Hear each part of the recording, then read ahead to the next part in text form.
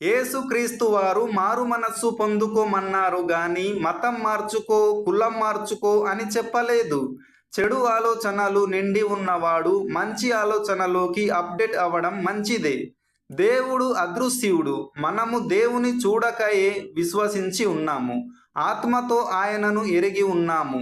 గనుక మన ఆధార్ కార్డుతో గాని స్టడీ సర్టిఫికేట్తో గాని దేవుని చూపించలేము. దేవునికి కావలసింది మన హృదయం.